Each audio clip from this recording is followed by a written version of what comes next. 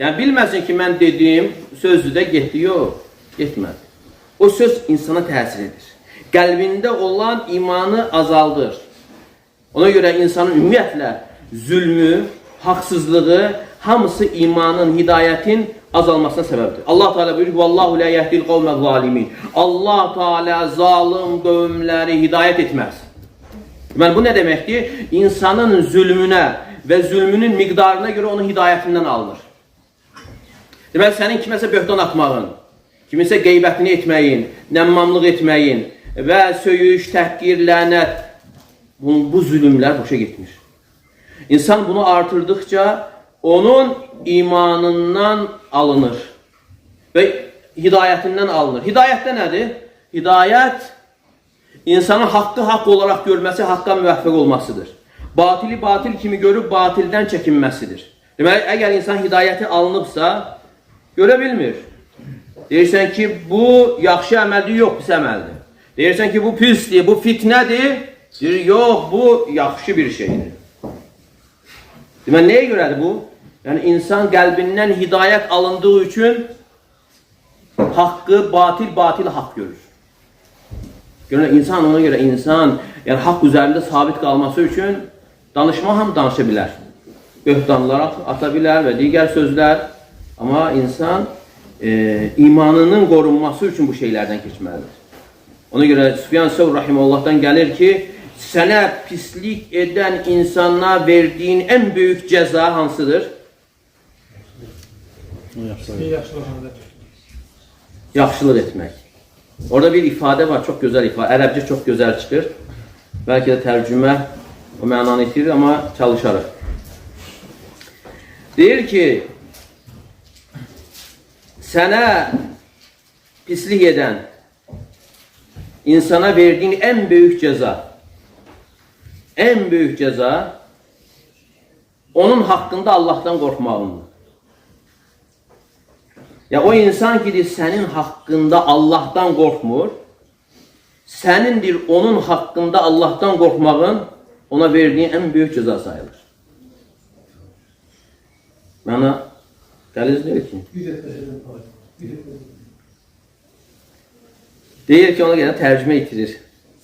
Deyir, ərəbcə yaxşıdır. Əlləzi la yettəqilləhə fikə aleykə ən təttəqiyyəlləhə fihi. O kəs ki, sənin haqqında Allahdan qorxmur. Nə gəldi danışır. Böhtanlar, yalanlar, ittihamlar. Və sənin deyir, onun verdiyi ən böyük cəza nədir? Sənin onun haqqında Allahdan qorxmağındır. Çatdım indi? Yəni ondan qorxaraq yox, Allahdan qorxaraq artıq danışıqdan uzaq olmağındır. Sən bilməlisən ki, kiminsə sənin, necə ki, Səadi Rahiməllah buyurur, kiminsə sənin haqqında danışdıqları sənə heç bir zərər yoxdur. Əgər sən narahat olursansa, demək, səndə problem var. Onda öyle çıxır ki, sənin etdiyin əməllər Allah üçün yox, kiməsə görədir. Deməli, insanların sənin haqqında danışdıqlarının sənə heç bir zərəri yoxdur, nə qədər ki, sən qarşılıq vermirsən. Qarşılıq verəndən sonra bil ki, indi əsl müsibət budur. Çatır? Və ona görə insanın bunu bilməsi və düzgün şəkildə davranması salamat qalmasına səbəbdir. Yəni ucalmasına səbəbdir. Çünki artıq danışıq istər-istəməz insanı zülmə aparır. Hara aparır? Zülmə. Məsələn, İbn Teymiyyə Rahiməhullah nə buyurur ki,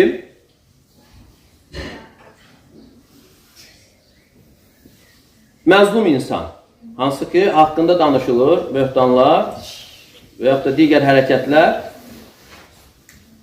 və insan cavab verəndə çox vaxt o həddi çərçivəni qoruya bilmir.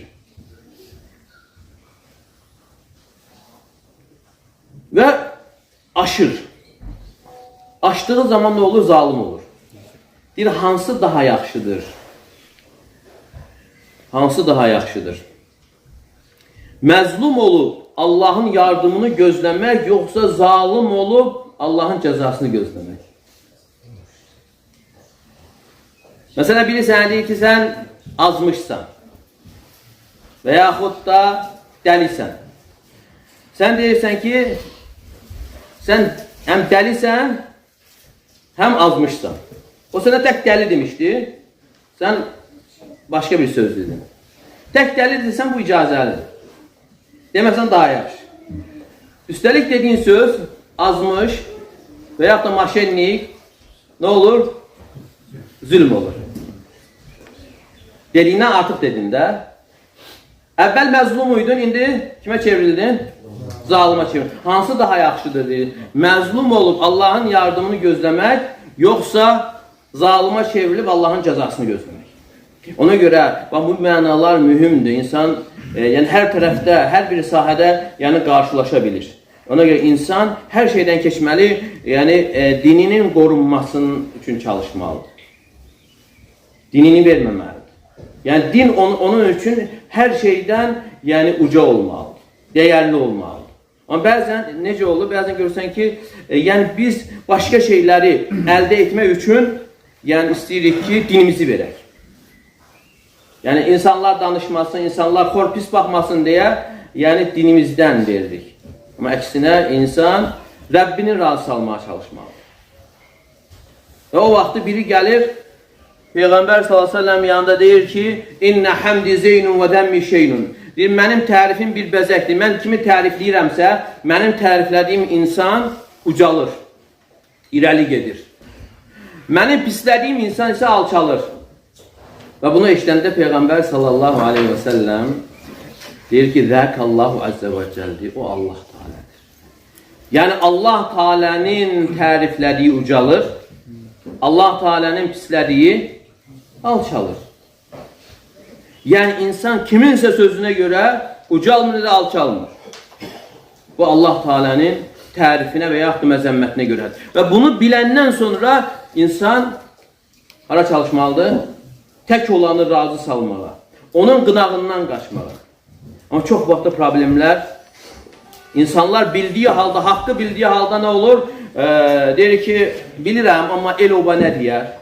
Cəmaat nə deyər? Amma demir ki, Rəbbim nə deyər? Və bildiyi halda haqqı tərk etməsinə və yaxud da dində olmayan bir şeyləri gətirməsinə səbəb olur. El-oba nə deyər?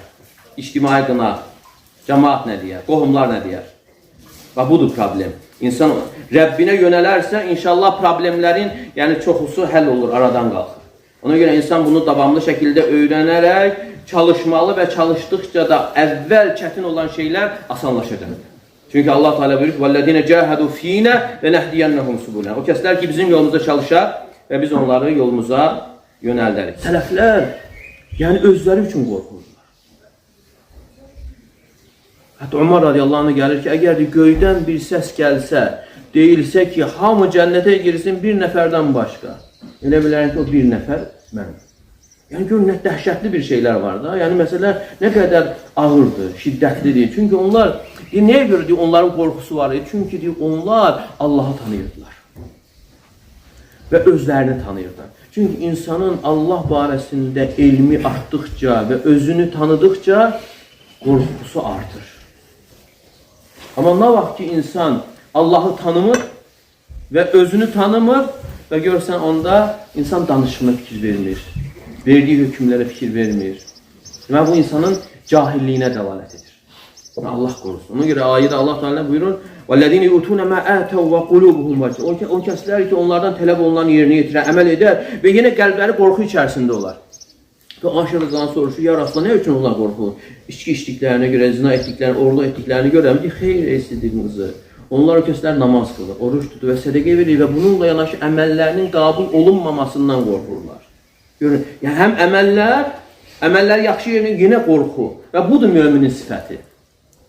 Və ki, həmçin gəlir ki, nəyə görə qorxur? Çünki onlar qorxurdular ki, o əməllər, baxmayaraq nə qədər yaxşı yerinə yetirib, yəni qiyamət günü Allaha ərz olunduğu zaman o əməllər onları xilas etməyə bilər. Yəni insan bunları bilirsə ki, kimin belə əməli tam, namazı tam şəkildədir və ya digər əməlləri, fikri bütöv namaza yönəldərək namazını qılır. Nəyə arxayındır? Nəyə arxayındır, yəni sözü necə gəldi? Böhtanlar atır, yaxud təkfir olsun və yaxud hizbi, o birisi, bu birisi olsun. Boşa gedir. Danışmaq asandır. Ona görə sələflər bundan qorxurdular. Qorxurdular ki, o deyilən sözlər onların sonunun pis qurtarmasına səbəb ola bilər. Onları narahat edən bu idi.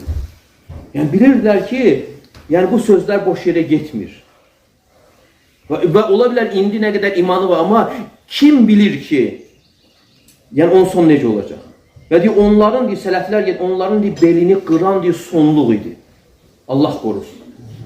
Onların belini qıran, yəni üzən, onları əldən salan deyir, və hətta deyir, ağlayaraq deyərdi ki, mən deyir, bilmirəm, deyir, Ummul Kitəbdə mənim haqqımda nə yazılır? Lövh-ü Məhfuzda mənim haqqımda nə yazılır? Ona görə qorxurdular.